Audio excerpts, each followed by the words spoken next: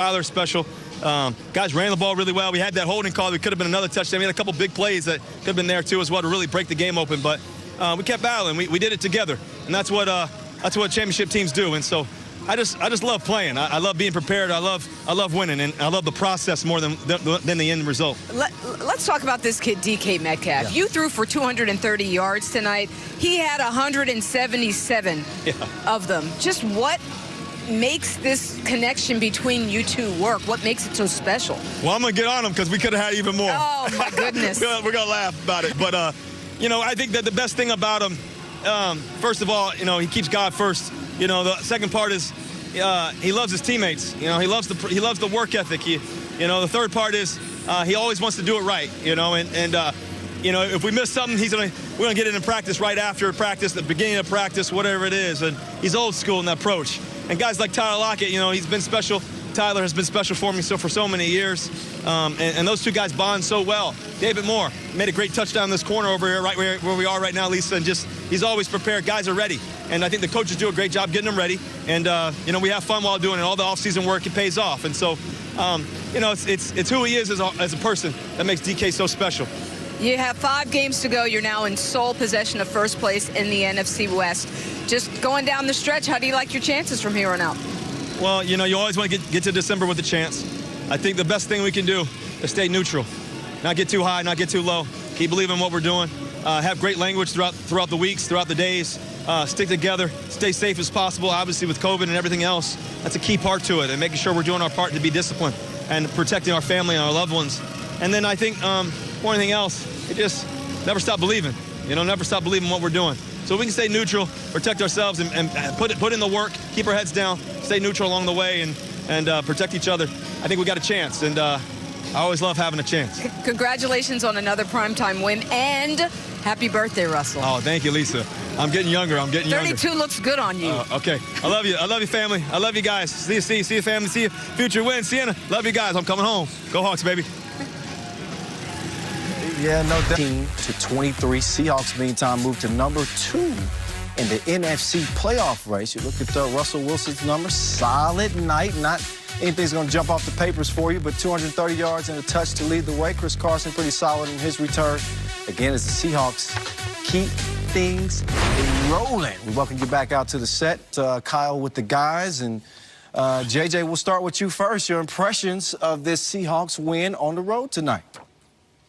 Well, it's always hard to get a win no matter where you're going to go play at, man. It's the NFL. It's hard to win ball games. But this Seattle Seahawks Hawks offense, they started off hot. Everybody was yelling Russ for MVP, let Russ cook. Nobody could slow this team down. And it just feels like since that Cardinals loss on the road when they had that good game on offense, this offense has just been – they just haven't been clicking, man. They haven't been on the same page. They haven't really been explosive. And, yeah, they make a couple of these plays every now and then, but the let Russ cook really hasn't been there. And you played against a wounded Eagles team tonight who the defense was on the field a lot, and you only scored 23 points, and it might not, and it probably shouldn't have even been that. This Eagles defense was out there battling. So I just got some questions for this Seattle team, man, because they have hope to go win this whole thing. And if they don't get this thing back cooking on the offensive side of the ball, it's going to be an early exit for them in the playoffs.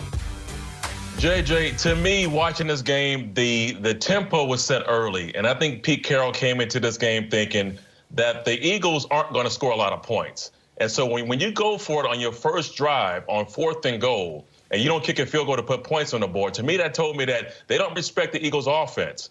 And so then on the second drive, you do the same thing. Halfway to the field, you go through it on 4th and about 4.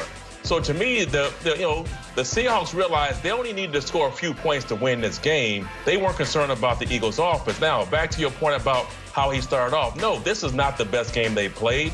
But to their credit, they did play a team that is, just desperate right now.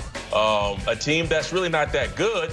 But we all know on this level, all teams are capable of beating you. And so the Seahawks did just enough to win this game. They're fine. I'm not concerned about them. They lead their division. They're probably the best team in that division. So, listen, they took care of business. They didn't lose this game, so kudos to them. JJ, I know you were keeping a close eye on the matchup between DK Metcalf and Darius Slay. Obviously, DK Metcalf won that matchup tonight big time. How'd you think about the way that played out? Yeah, I mean, it was a battle all game long. I mean, Darius Slay is one of the best in the business at the corner position. I mean, he could play press, he could play off, he could do it all. But listen, when you're on the field that long and you're going up against this monster right here, DK Metcalf, and he's getting his targets, he's getting his shots, this is a hard matchup for you. And, I mean, DK Metcalf came out here and really got after him. Every target, DK had a chance to go up and make a play. And whether it was intermediate routes, whether it was the bombs, DK Metcalf got the most of Darius Slay today. And for me, it was the tough catches as well. See, this right here is a deep over. Darius Slay trying to get through all the mess. But the high point balls, the fade balls, the one-on-ones on the outside, DK won this matchup. But Darius Slay battled all night long. And this is what you like to see. This is why you tune in to watch these games on Monday Night Football, to see big-time matchups like this happening. As you guys already know, Carson Wentz has been under fire recently from his play tonight. And former Eagle Terrell Owens taking to Twitter to offer his opinion on the whole Carson Wentz thing. He says this: so funny listening to the commentators like Brian Griese make excuses for Carson Wentz, claiming it's his protection. The first series of the game, he threw 3 incomplete passes that had nothing to do with protection. How about his underthrow of the tight end on Bobby Wagner? Hashtag Monday Night Football. TD, I toss this one to you. Does T.O. have a point with his criticism of Carson Wentz? I think Carson Wentz should bear the brunt of the criticism. Listen, he's the quarterback. He's making all the money. And sometimes a quarterback has to be able to play above the other guys on the squad. And we've seen that in the past. You know, for many years, Tom Brady, offensive line wasn't the greatest, but you have to be able to play through that stuff. And we have to be able to see that from the quarterback position. And too many times you see Carson Wentz, he's forcing things. He's trying too much to make big plays. He's missing some of those quote-unquote easy throws.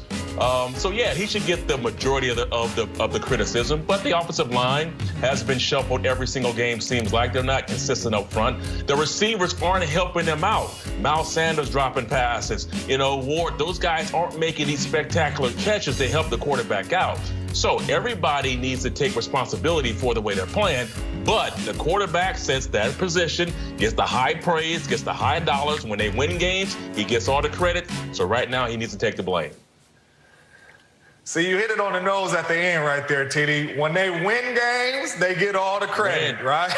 So when they lose them, hey, you got to take all the criticism. And we know, just like when we win games and you go on a win streak, the quarterback's getting all the credit. But in the locker room, the quarterback's always saying, it's my teammate, it's TD, it's JJ making good catches, it's my teammates. But when you're losing, it's us in the locker room saying, hey, Carson, it's not all on you. We got to make some plays for you.